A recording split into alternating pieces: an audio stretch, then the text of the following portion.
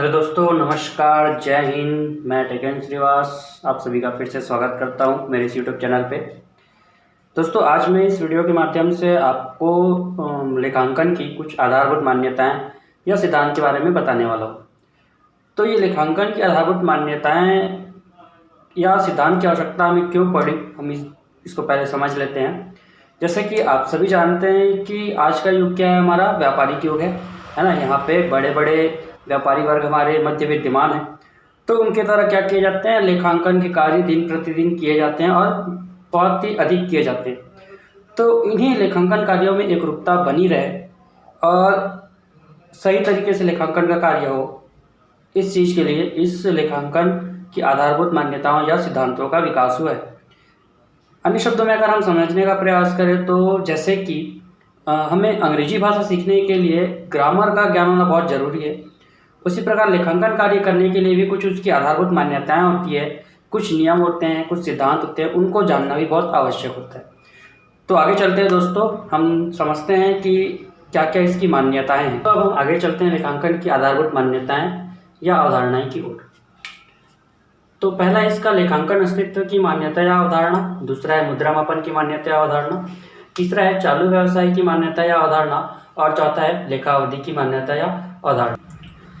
पहला पॉइंट देखते हैं दोस्तों, लेखांकन अस्तित्व की मान्यता या अवधारणा। व्यवसाय का अस्तित्व उसके स्वामी से पृथक एवं स्वतंत्र होता है। लेखांकन में स्वामी द्वारा व्यवसाय के साथ किए गए लेन देन उसी प्रकार माने जाते हैं जैसे कि बाहरी व्यक्ति ने किए हो। यही कारण है कि स्वामी द्वारा व्यवसाय में लगाया गया धन व्यवसाय का दायित्व माना जाता है। इसी प्रकार स्वामी द्वारा समय समय पर व्यवसाय से निकाला गया धन का हिसाब रखा जाता है। अतः स्वामी के लेन देन को देखने के लिए पूंजी खाता खोला जाता है। पृथक व्यवसाय अस्तित्व की अवधारणा सभी प्रकार के व्यवसायों में विद्यमान है, चाहे वह व्यवसाय एकाकी हो या साझेदारी व्यवसाय हो या फिर कंपनी हो। लेखांकन की इसी अवधारणा से व्यवसाय की लाभ हानि तथा आर्थिक स्थिति का आकलन संभव हुआ है। तो इस अवधारणा के आधार पर हमने क्या सीखा कि हमने ये सीखा कि व्यवसाय का अपना एक पृथक अस्तित्व होता है जो कि उसके स्वामी से बिल्कुल ही भिन्न होता है ना। और स्वामी द्वारा जो भी लेन देन किए जाते हैं वो हम क्या समझते हैं, वो पूर्ण रूप से बाहरी व्यक्ति है। इसीलिए व्यवसाय का स्वामी भी अपने लगाए गए पूंजी तक ही लेनदार कहलाता है। और अगर व्यवसाय के स्वामी ने व्यवसाय से कुछ निकाला है तो उस निकाले गए धन को, जो कि उसके निजी प्रयोग के लिए रहता है, उसको भी हम कहाँ डालते हैं, आहरण खाते के में प्रविष्ट कर देते हैं। तो इस प्रकार से ये जो लेन देन होता है व्यवसाय और स्वामी के मध्य, ये दोनों ही क्या होते हैं, अलग अलग दृष्टि से देखा जाता है। तो ये तो हुआ पहला पॉइंट। दोस्तों आगे देखते हैं मुद्रा मापन की मान्यता या अवधारणा। लेखन सामग्री में उन्हीं क्रियाओं को सम्मिलित किया जाता है जिनका प्रतिफल मुद्रा में मापा जा सकता है। ऐसा प्रतिफल जिसका मापन मुद्रा में संभव नहीं है लेखांकन की दृष्टि से अनुपयोगी है। जैसे कि उत्पादन की नीति क्या है, माल किसका अच्छा है, आदि तथ्यों को मुद्रा द्वारा व्यक्त नहीं किया जा सकता है। अतः ये बातें लेखाकर्म की दृष्टि से अनुपयोगी है। तो इसके अंतर्गत केवल उन्हीं मदों को या उन्हीं क्रियाओं को सम्मिलित किया जाता है जिसका मापन मुद्रा में संभव होता है। जैसे कि हम अपने व्यवसाय में किसी कर्मचारी को वेतन देते हैं, मजदूरी का भुगतान करते हैं या अन्य मौद्रिक खर्चे करते हैं जिसका मापन मुद्रा में किया जाता है, उन्हीं का लेखांकन हम इसके अंतर्गत करते हैं। अमौद्रिक व्यवहारों को यहाँ पे छोड़ दिया जाता है। ठीक है दोस्तों, ये तो हुआ दूसरा पॉइंट। आगे देखते हैं दोस्तों तीसरा पॉइंट, चालू व्यवसाय की मान्यता या अवधारणा। लेखा पुस्तकों में व्यवहारों का लेखा इस आधार पर किया जाता है कि व्यापार लंबे समय तक चलता रहेगा और व्यापार बंद नहीं होगा। दीर्घकालीन व्यापार अल्पकालीन या अस्थायी व्यापार की अपेक्षा अच्छा माना जाता है। इसके निम्न कारण है। दीर्घकालीन व्यापार में विनियोजक धन लगाने के लिए आतुर रहता है। व्यापार के माल और संपत्ति तथा हिसाब किताब के मूल्य के बारे में अनुमान नहीं लगाता है।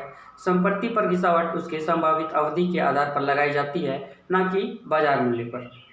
तो दोस्तों ये तो बहुत ही महत्वपूर्ण अवधारणा है और यही कारण है जब वर्ष समाप्त होता है और अंतिम खाते बनाए जाते हैं तब अदत्त एवं पूर्वदत्त व्ययों का लेखा किया जाता है, क्योंकि लेखापाल यह जानता है कि व्यवसाय भविष्य में चालू रहेगा और ये समायोजन आगे जाने वाले वित्तीय वर्ष में समायोजित हो जाएंगे। ठीक है, इस प्रकार से ये तीसरा कॉन्सेप्ट हुआ। चलते हैं चौथे पॉइंट की ओर, लेखा अवधि की मान्यता या अवधारणा। व्यवसाय के भविष्य में चालू रहने की अवधारणा यह स्पष्ट करती है कि व्यवसाय अनिश्चित काल तक चलता रहेगा। यह अवधि इतनी लंबी होती है कि कोई भी व्यवसायी व्यवसाय की समाप्ति तक परिणामों को जानने के लिए प्रतीक्षा नहीं करेगा। व्यवसाय की समाप्ति पर ही वह लगाई गई पूंजी एवं व्यवसाय के समाप्त होने समय उपलब्ध पूंजी की तुलना कर व्यवसाय के परिणामों को जान सकता है। अतः लेखांकन की एक निश्चित अवधि होनी चाहिए ताकि उक्त अवधि के परिणामों को प्राप्त किया जा सके तथा वित्तीय स्थिति का सही आकलन संभव हो।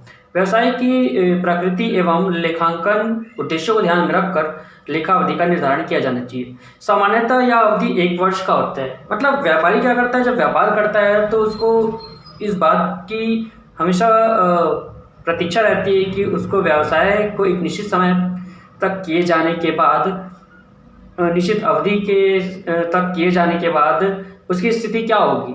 ये जनरली इसी के लिए ही इस अवधारणा का विकास हुआ है कि हम निश्चित अवधि के बाद ये जान पाते हैं कि हमारे व्यवसाय का स्थिति क्या है, कितने लॉस है, कितने प्रॉफिट है और भी अन्य चीज़ों की क्या स्थिति है।